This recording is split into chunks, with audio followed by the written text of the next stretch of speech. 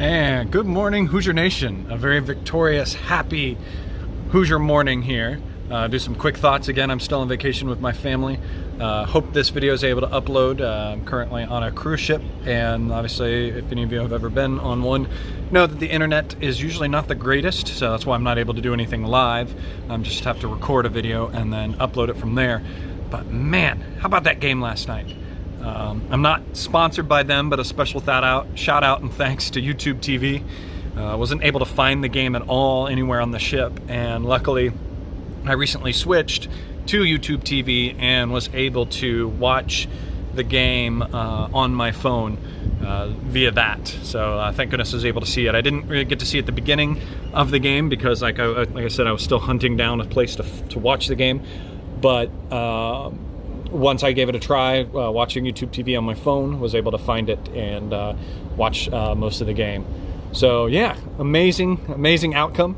Something we were all hoping for.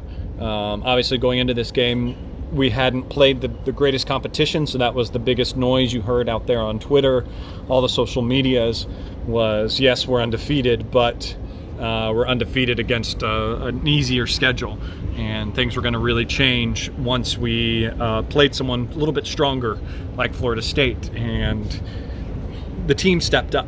And even as exciting is the crowd showed up too. I think the crowd had a good hand in that game last night of helping the Hoosiers fight through some relatively sloppy play.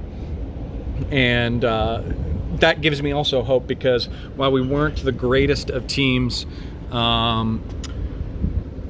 all times, we fought, we were aggressive, we fought through the mistakes that we were doing, and were able to still come out with it. And I think the team overall banded together and didn't let mistakes hurt them or get them down or anything. That was something that was great to see. Everything was coached well.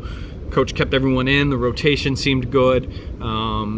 Guys were playing at the right time. I never really had that sense at any point that why does he have this lineup in? Kind of diving into a few numbers. Field goal percentage, 55%. That's great.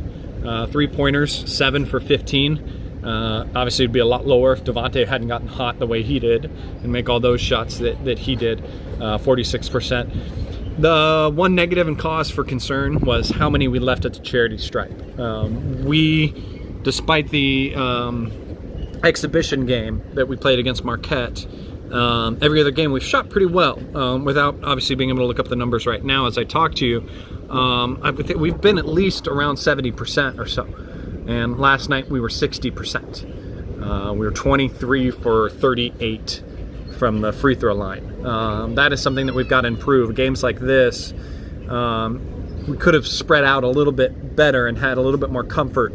Once Florida State in the second half was kind of getting the game a little bit closer on us, we could have used that lead to put it away. And 15 points missed free from the charity stripe is nothing you want to see. Obviously, the other negative to look at is the turnovers. 18 turnovers.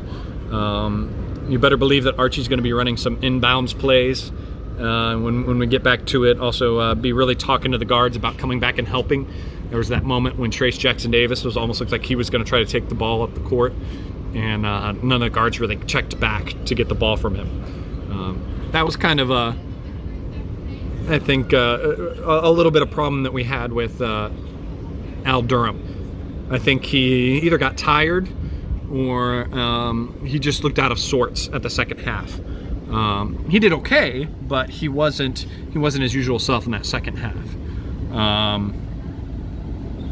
Rebounds, again, going in, we knew that this was a very long team. This was a very tall team. I believe the Ken Palm numbers, they are the tallest, the #1 team in height in the country. So that's pretty good to out-rebound them by 10 rebounds. Good story links to look at. Devontae being good Devontae, coming out, doing things when we needed him to do them, stepping up, making ridiculous shots.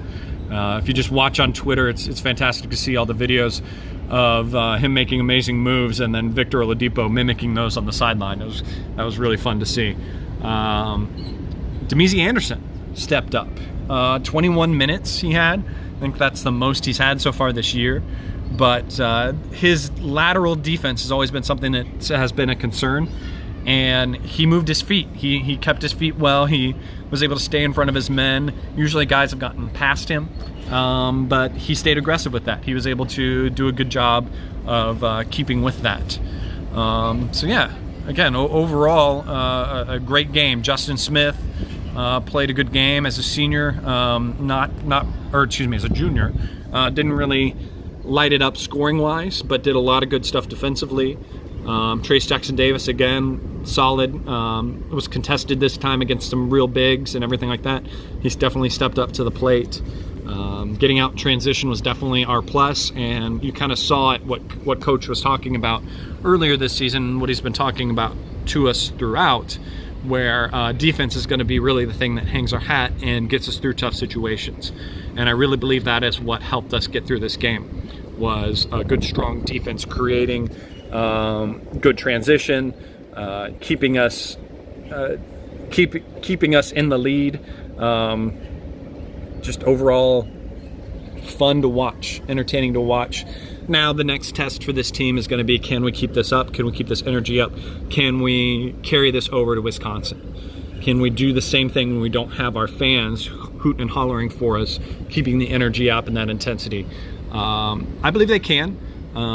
Looking forward as well, one thing that Wisconsin is always known very well for doing is drawing the charge. This team, with how fast we play, how quick we play, how young we are as well, we may see a few guys get in trouble with that. Armand Franklin might get nailed with that. Devontae is pretty good about stepping around guys. Durham, though, I have a little bit of concern. He I don't know if there's a stat out there we can look up. Jared at Assembly Call will probably be the best to look up something like this and find this stat for us. But I believe Al seems to get a lot of charges called on him. He just gets going downhill and it does not know when to pull back. So hopefully looking to fight through that and not do too bad with that. It's finally the first time in about 10 years that IU will go play Wisconsin and Ethan Happ will not be playing. So that's good. That's one positive. So again, excited for the win. Excited to see what comes of Saturday's game against Wisconsin. And we turn around on Monday and we should see a number next to IU's name anytime we see him listed on schedules and everything. So I think that'll about do it. I'll wrap this up for now. But thank you guys. Like, subscribe, follow me on Twitter, General Chadwick. And thank you guys. Go out there, be a good Hoosier today. All right, go Hoosiers.